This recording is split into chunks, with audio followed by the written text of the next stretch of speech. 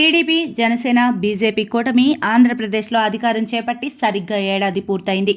ఈ సందర్భంగా ప్రభుత్వం ఎన్నికల హామీలను నెరవేరుస్తూ అభివృద్ధి మరియు సంక్షేమ పథకాలకు పెద్దపీట వేసింది. ముఖ్యంగా అమరావతి రాజధాని, పోలవరం ప్రాజెక్టు పనులను తిరిగి ప్రారంభించడంతో పాటు పలు భారీ పెట్టుబడులను ఆకర్షించింది. కేంద్రం సహకారంతో రానున్న 4 ఏళ్లలో అభివృద్ధి, సంక్షేమాన్ని కొనసాగించాలని ప్రభుత్వం లక్ష్యంగా పెట్టుకుంది. ఆంధ్రప్రదేశ్ ఎన్నికల పొలిటికల్ స్క్రీన్పై కూటమి సూపర్ హిట్ కొట్టి ఏడాది అవుతుంది.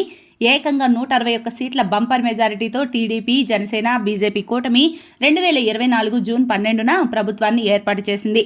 ముఖ్యమంత్రి చంద్రబాబు, డిప్యూటీ సీఎం పవన్ కళ్యాణ్ల ఆధ్వర్యంలో కేంద్రంలో అధికారంలో ఉన్న ఎన్డీఏ సర్కార్ సహకారంతో అభివృద్ధి సంక్షేమాలను జోడెడ్ల పరుగులా తీయిస్తోంది. ఈ ఏడాదిలో కూటమి సర్కారు పాలన ఎలా సాగింది, ప్రజలకు అందించిన సంక్షేమం ఏంటి అనేది కాస్త పరిశీలిస్తే ఏపీలో కూటమి అధికారంలోకి రాగానే ఎన్నికల సమయంలో ఇచ్చిన హామీల అమలుపై ఫోకస్ పెట్టింది. రాజధాని అమరావతి, పోలవరం రోడ్లకు మరమ్మతులతో పాటుగా సూపర్ 6లో భాగంగా వరుసగా పథకాలను అమలు చేస్తోంది. పింఛన్ డబ్బుల్ని 4,000 రూపాయలకు పెంచారు. డిఎస్సి, ల్యాండ్ టైటిలింగ్ యాక్ట్ రద్దు వంటి నిర్ణయాలు తీసుకుంది. పంచాయతీలకు నిధులు, గ్రామాల్లో రోడ్లు, రైతులకు సాయం, ఉద్యోగాల భర్తీ వంటి ఎన్నో కార్యక్రమాలు చేపట్టింది. అలాగే రాజధాని అమరావతి పనులు మళ్లీ మొదలయ్యాయి. పోలవరం ప్రాజెక్టు పనులు ఊపందుకున్నాయి.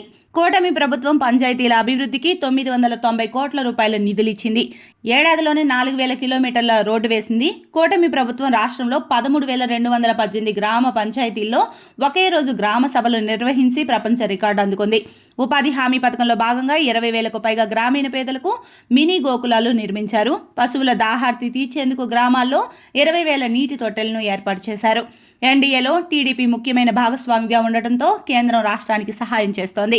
ముఖ్యమంత్రి చంద్రబాబు ఈ అవకాశాన్ని రాష్ట్ర అభివృద్ధి కోసం పూర్తిగా ఉపయోగించుకుంటున్నారు.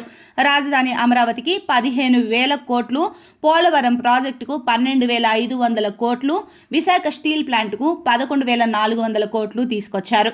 ఓర్వకల్లు, కొప్పర్తి పారిశ్రామిక వాడలకు కేంద్రం 5,000 కోట్లు ఇచ్చింది. విశాఖకు రైల్వే జోన్ మంజూరు చేయడంతో పాటు నిర్మాణ పనులు మొదలయ్యేలా చూసింది.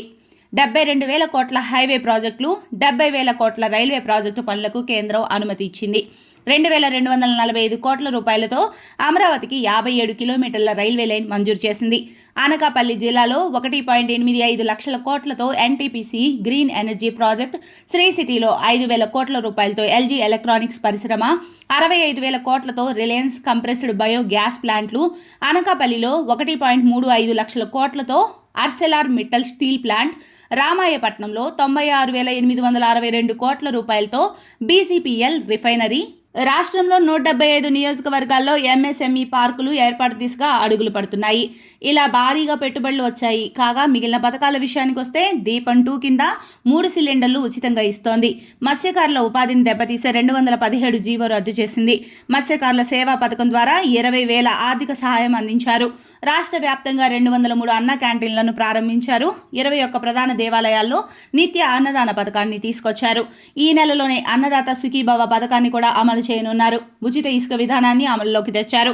నేడు తల్లికి వందనం నిధులు తల్లుల ఖాతాల్లో జమ చేస్తున్నారు. ఆగస్టు 15 నుంచి మహిళలకు ఉచిత బస్సు పథకం కూడా అమల్లోకి రానుంది.